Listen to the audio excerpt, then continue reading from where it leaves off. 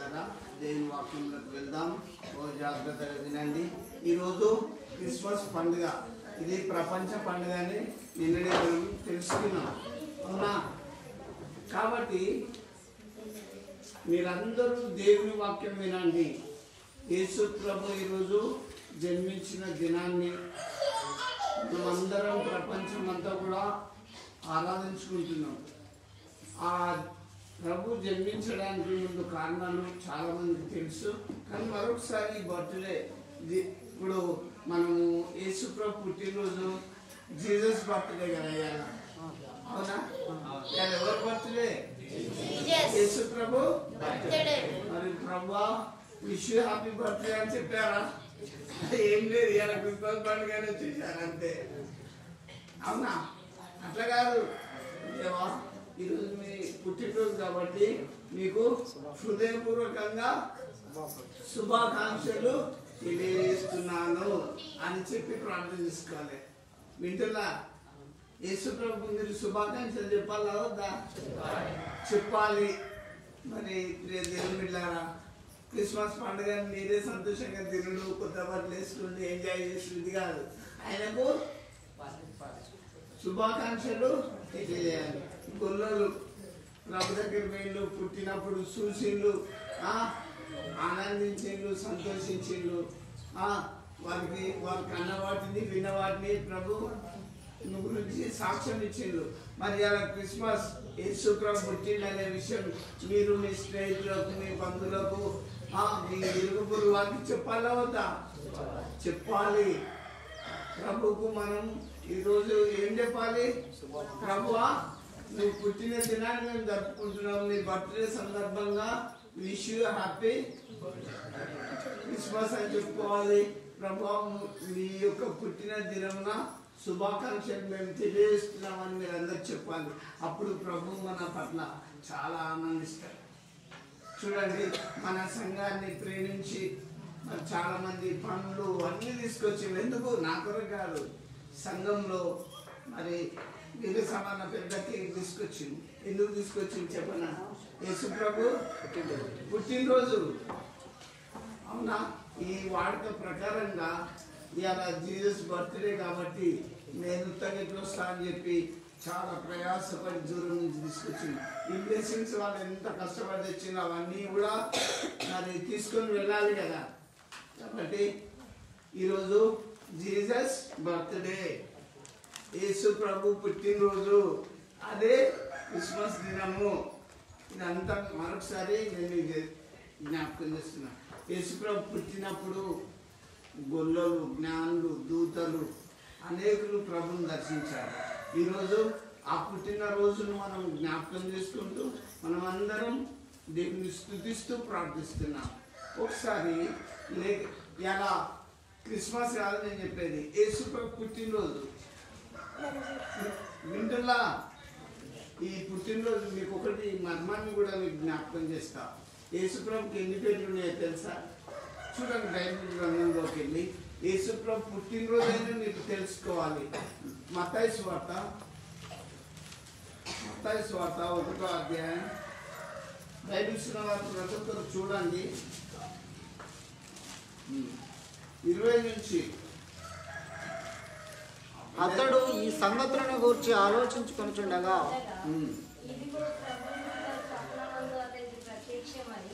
దావీదు కుమారుడైన యోసేపు నీ భార్య అయిన మరియను చేర్చుకొనుటకు భయపడకుము, ఆమె గర్భం ధరించినది పరిశుద్ధాత్మ వలన కలిగినది. ఇక్కడ అందరం మనం గమనించాలి. 18వ వచనం ఒకసారి మీరు చదివితే మీ అందరికి అర్థమైతే, చదవక గట్టిగా. యేసుక్రీస్తు జనన విధం ఎట్లనగా ఆయన తల్లి అయిన మరియా యోసేపునకు ప్రదానం చేయబడిన తర్వాత వారేకము కాకముందే ఆమె పరిశుద్ధాత్మ వలన గర్భవతిగా ఉండేది. ఇక్కడ ప్రతి క్రైస్తవుడు గమనించాలి. లోపల గడ్డలు ఎట్లా జరుగుతాయో, ఈ బాధ ఎట్లా పోతుందో, ఈ క్యాన్సర్ ఎట్లా పోతుందో అని ఎవ్వరు దిగులు పడద్దు క్రైస్తవుడైన వాడు. నేను చెప్తున్నా, ఇక్కడ పరిశుద్ధాత్మ వలన మరియా గర్భం ధరించింది. పరిశుద్ధాత్మ మీలో ఉంటే తొలగిపోతాయి రోగాలు, బాధలు తొలగిపోతాయి, దురాత్మలు పోతాయి, సమస్యలు పోతాయి. అందుకే మీరు పరిశుద్ధాత్మను పొందాలి. కానీ ఆయా సంఘాలలో ఇట్లా కొట్టుకుంటూ హల్లెలూయా అంటే కాదు అట్లా వచ్చేది. క్లియర్గా పరిశుద్ధాత్మ దేవుడు నీలో ఉంటే తొలగిపోతాయి. భాషలతో నువ్వు చెప్తే కాదు, చాలా సంఘాల్లో భాషలు కూడా వస్తున్నాయి. భాషలు విశ్వాసాలకు రాదనే బైబిల్ చెప్తుంది. కొరింథీ పత్రికలో చదివితే మీకు అర్థమవుతుంది. ఇక్కడ యేసు ప్రభు జనన విధం ఎట్లనగా ఇలా జీసస్ బర్త్డే కదా, అవునా? మరి అట్లా అనుకుంటే క్రిస్మస్ అంటారు అంటే మీ ఇష్టం. క్రిస్మస్ అంటే క్రీస్తును ఆరాధించడం. గొల్లలు జ్ఞానులు దూతలు ఆరాధించిండు, దేవుని మహిమపరిచిండు. కానీ ఆయన జనన విధం ఎట్లనగా మరి ఆ పరిశుద్ధాత్మ వలన గర్భం ధరించింది. వీళ్ళకి అప్పటికే ఎంగేజ్మెంట్ అయింది, ప్రదానం చేసిండు. కానీ అప్పటికే పరిశుద్ధాత్మ వలన మధ్య గర్భం ధరించింది. అయితే ఏం జరిగింది? కంటిన్యూషన్ చేయక ఆమె భర్త అయిన యోసేపు నీతిమంతుడై ఉండి ఆమెను అవమానపరచనొల్లక. చూడండి, ఆమె భర్త అయిన యోసేపు నీతిమంతుడు. గుడికి వచ్చే బిడ్డలు నీతిగా బ్రతకాలి. వింటున్నా? యోసేపుని తీసుకో, ఆయన నీతిమంతుడు అని రాయబడ్డది. ఫలాన్స్ దాకా చర్చకోతాడు, చాలా భక్తిగా ఇన్నోసెంట్గా భయభక్తులు కలిగి ఉంటాడని పేరు మనం సంపాదించుకోవాలి. గుడికొచ్చి ముఖం మార్చుకోవడం, గుడికొచ్చి తప్పులు చేయడం, గుడికొచ్చి తాగడం ఇది కరెక్ట్ కాదు. మీరు నీతిమంతుల గుంపులో ఉంటారా? బైబిల్ గ్రంథం నేను చదువుతుంటే చూసిన ఈ తరంలో నోవా ఒక్కడే నీతిమంతుడు. 40 రోజులకు ఉండబోతా వర్షం వచ్చినా కూడా కురిసినా కూడా తన కుటుంబం నాశనం కాలేదు. నువ్వు నీతి ఉన్నప్పుడు రోగం వచ్చినా పోతుంది. నీతి తప్పిన పనులు చేతనే మనము తొందరగా పోతాం. నేను మీకు చెప్తున్నా, యోసేపు నీతిమంతుడు అని రాయబడ్డది. నీతిగా బ్రతకడానికి ప్రయాసపడదాం. ఆయన జనన విధం క్రీస్తు బర్త్డే రోజు, యేసు ప్రభు పుట్టినరోజు కదా ఈరోజు. ఆ పుట్టినరోజు యోసేపు నీతిమంతుడని రాయబడ్డది. క్రైస్తవులమైన మనం నీతిగా బ్రతకాలి. ఆకలి కానీ, దప్పిక కానీ, రోగం రాని, కష్టాలు రాని, కన్నీళ్ళు కానీ, ఏదైనా కానీ నీతిగా ఉన్నప్పుడు ఎవరైనా దేవుడు ఎట్లనైనా మనకు సాయం చేస్తాడు. నేను ప్రభు నందు చెప్తున్నా. కంటిన్యూషన్ చేయక అతడు ఈ సంగతుల గురించి ఆలోచించుకొనిచుండగా ఇదిగో ప్రభుదూత స్వప్నమందు అతనికి ప్రత్యక్షమై.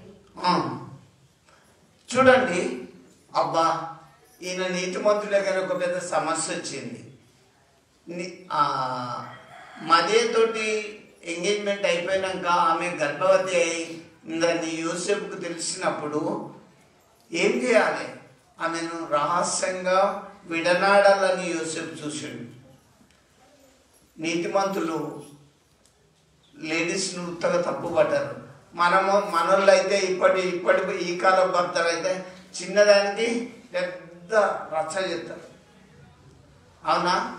యోసేపు నీతిమంతుడై ఉండి ఆమె గర్భం ధరించిందని తెలిసినా ఆమెను రహస్యంగా ఏదో రకంగా ఒక పెద్ద మనిషితో చెప్పి విడనాడాలని తలంచిండు. అయితే దేవదూత ఏం చెప్పింది? చూడండి, దేవదూత కలలో అతనికి ప్రత్యక్షమై దావీదు కుమారుడైన యోసేపు, నీ భార్య అయిన మరియను చేర్చుకోవడానికి భయపడకు, ఆమె గర్భము ధరించింది, పరిశుద్ధాత్మ వలన కలిగింది అని క్లియర్గా చెప్తుంది. యేసుప్రభు జననము ఎట్లుందో మీకు చెప్తున్నా. పరిశుద్ధాత్మ వలన మధ్య గర్భం ధరించింది. యోసేపు నువ్వు వెళ్ళి మరియను చేర్చుకో. ప్రియ దేవుని ద్వారా ఆదరణకర్త పరిశుద్ధాత్మ దేవుడు మీకు తోడుగా ఉంటాడు. ఇరుకులో విషయాలతో ఎటు తోచని స్థితిలో మీరు ప్రార్థన చేయండి. పరిశుద్ధాత్మ దేవుడు మీకు తోడై ఉంటాడు. ఇక్కడ పరిశుద్ధాత్మ వలనే మధ్య గర్భం ధరిస్తే పరిశుద్ధాత్మ దేవుని నువ్వు కలిగి ఉంటే ఏ తెగులు నీ గుడారము సమీపించదు కదా. ఇంకా చూడండి వాక్యాన్ని.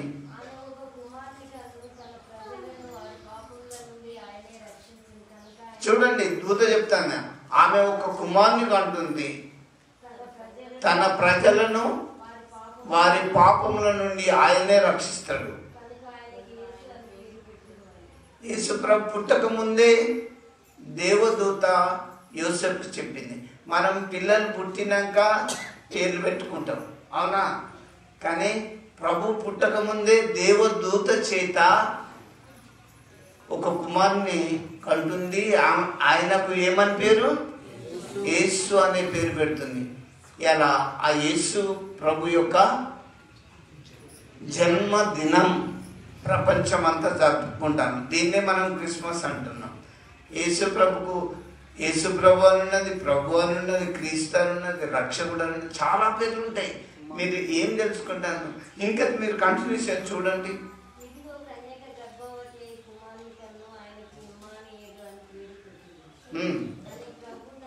యేసుప్రభుకి ఇంకొక పేరు కూడా ఉన్నది. ఏంటిది? ఇమ్మానుయేలు. ఈ పేరు మీద ఎవరు ప్రేరేప చేస్తున్నా? సంఘంలో చెప్తున్నా. యేసు అనే పేరు పెట్టబడుతుంది. మరి ప్రవక్తలు ఏమని చెప్పిండు? ఇమ్మానుయేలు అనే పేరు పెట్టడం జరుగుతుంది. కన్యక గర్భవతి అయి కుమారుని కంటుంది. ఆయనకు ఇమ్మానుయేలు అనే పేరు పెట్టడం జరుగుతుంది అని చెప్తుంది. ఇమ్మానుయేలు అంటే ఏంది అర్థం తెలుసా? దేవుడు మనకు తోడని అర్థం. నీ జీవితంలో ఆ ప్రభుని కలిగి ఉంటే ఆ ఇమ్మానుయేలు దేవుడు నీ కుటుంబానికి సదాకాలం తోడై ఉంటాడు. కాబట్టి క్రీస్తునందు ప్రియ దేవుని బిడ్డలారా, నేను మీకు ఈరోజు యేసు ప్రభు బర్త్డే కాబట్టి, ఈ పుట్టినరోజు కాబట్టి, ఆ ఇమ్మానుయేలు దేవుడు నా లైవ్ వింటున్న మీకు, సంఘానికి, మన గ్రామానికి దేవుడు సదాకాలము తోడై ఉంటాడు. ఇంకా జ్ఞానులు ఏమన్నారు తెలుసా? ఇప్పుడు 2 పేర్లు. దూత ఏం చెప్పింది? యేసు అని చెప్పింది. మరి ఇమ్మానుయేలు అని ఎవరు చెప్పిండ్రు? ప్రవక్త ద్వారా. ప్రవక్తలు చెప్పింది ఇమ్మానుయేలు అని. మరి 3 జ్ఞానులు ఉన్నారు కదా, వాళ్ళు వచ్చేమన్నారో చూడండి. మత్తయి సువార్త 2వ అధ్యాయం 2 నుంచి.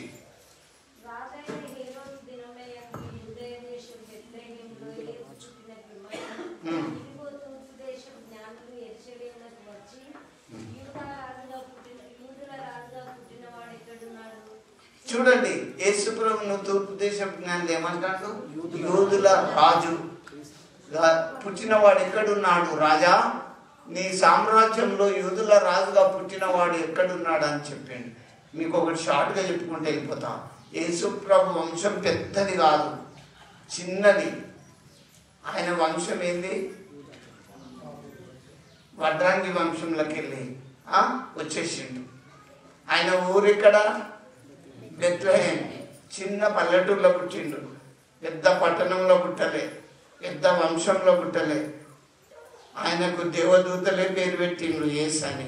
ప్రవక్తలు ఇమ్మానుయేలు అని పేరు పెట్టిండ్రు. జ్ఞానులు వచ్చి రాజుని ఏమని అడుగుతాను? మేము యేసు ప్రభు ఎక్కడ పుట్టిండని అడుగుతానులా? అడుగుతలేరు. రాజా, యూదుల రాజుగా పుట్టినవాడు ఎక్కడున్నాడు? యూదుల రాజనే ఆయనకు పేరు. ఆయన ఈ లోకంలో ఉన్నప్పుడు పెద్ద డిగ్రీలు లేవు. ఇప్పుడు MBBS అవి మెడిసిన్ చదివితే డాక్టర్ అని పెట్టుకుంటాం. యేసుప్రభు ఏం చదవలే, కానీ ఆయన పరమ వైద్యుడు అని ప్రార్థన చేస్తాం. అవునా? ఎన్ని పేర్లు ఉన్నాయి అనుకుంటాను. పరమ వైద్యుడు అని మనము ఆయన ప్రార్థన చేస్తాం. ఇంకా ఆయన స్వస్థపరిచే దేవుడు, ఆయన హీలర్. ఆయన ప్రతి ఒక్కరిని బాగు చేస్తాడు. ఆయన మాట ద్వారానే సముద్రము ఉప్పొంగిపోతుంటే ఆగిపోవును కాకంటే ఆగిపోయింది. అంత గొప్ప దేవుణ్ణి మీరు నమ్ముకొని ఆయన బర్త్డేకి మీరు ఉత్సవంగా ప్రభుని స్తుతించాలి. ఇంకా నేను మీకు జ్ఞాపకం చేస్తున్న దేవుని బిడ్డలారా, దేవునికి దురాత్మల మీద చాలా అధికారం ఉన్నది. ఇంకా నేను మీకు ఒకటి జ్ఞాపకం చేస్తా, ఒకసారి చూసుకోండి. అనేక గ్రంథాల్లో కూడా వ్రాయబడ్డది. ఒక్కసారి నేను మీకు జ్ఞాపకం చేస్తా. బైబిల్ గ్రంథం ఉన్నవారు దయచేసి తీసుకోండి. యేసు ప్రభుకు కింగ్ ఆఫ్ కింగ్స్ అని కూడా అంటారు. రాజులకు రాజు. ఆయన మన రాజా? అవును, రాజులకు రాజే. వీళ్ళు హేళనగా శిలువ మీద కొట్టేటప్పుడు ముందు కిరీటం పెట్టి కొట్టిండు కదా. ఏ రాజు చచ్చిపోయి తిరిగి లేచిండు? ఈయన నిజంగా దైవ కుమారుడే అన్నారు ఎవరు? భటులు. కాబట్టి ప్రభుకు చాలా పేర్లు ఉన్నాయి. ఈరోజు బర్త్డే రోజు నేను షార్ట్గా ముగిస్తున్న ప్రియ దేవుని బిడ్డలారా, యేసుక్రీస్తుకు మనమందరం మన సంఘం తరఫున శుభాకాంక్షలు. ఆయన పుట్టినరోజు ప్రభువా నీకు శుభాకాంక్షలు తెలియజేస్తున్నామంటూ దీనంగా ప్రార్థన చేసుకున్నాం. కళ్ళు మూసుకోండి. జీవం కలిగిన మా తండ్రి నీకు స్తోత్రాలు, వందనాలు. ఇదిగో ప్రభువా, మీరు మా కొరకు జన్మించి పాపులకు రక్షకుడని మీకు ఒక పేరుంది ప్రభువా. మా పాపంలో నుంచి రక్షించి ఇమ్మానుయేలు దేవుడా మమ్మల్ని కాపాడమని ప్రార్థిస్తున్నాం. ఇదిగో తండ్రి, ఈ 2023 వరకు మమ్మల్ని అందరినీ సజీవ లెక్కలో ఉంచి బ్రతికించి కాపాడినందుకు స్తోత్రం. ఈరోజు ఈ కార్యక్రమానికి మీరు అధ్యక్షత వహించి మహిమ పొందండి. ఎంతోమంది బిడ్డలు రావాల్సి ఉండే రాలేకపోయారు. కానీ ప్రభువా, ఈ కొద్ది మందిని మీరు ఆశీర్వదించండి, దీవించండి. ఇదిగో ప్రభువా, ఈ లోకానికి నువ్వు వచ్చేటప్పటికీ నీ రాజ్యంలో మమ్మల్ని వారసులుగా చేయమని ఈ క్రిస్మస్ సమయాన్ని మీ బర్త్డే సందర్భంగా మీ కృతజ్ఞతాస్తుతులు చెల్లిస్తూ యేసు నామములో ఎంతో ప్రార్థిస్తున్నాము తండ్రి. ఆమేన్.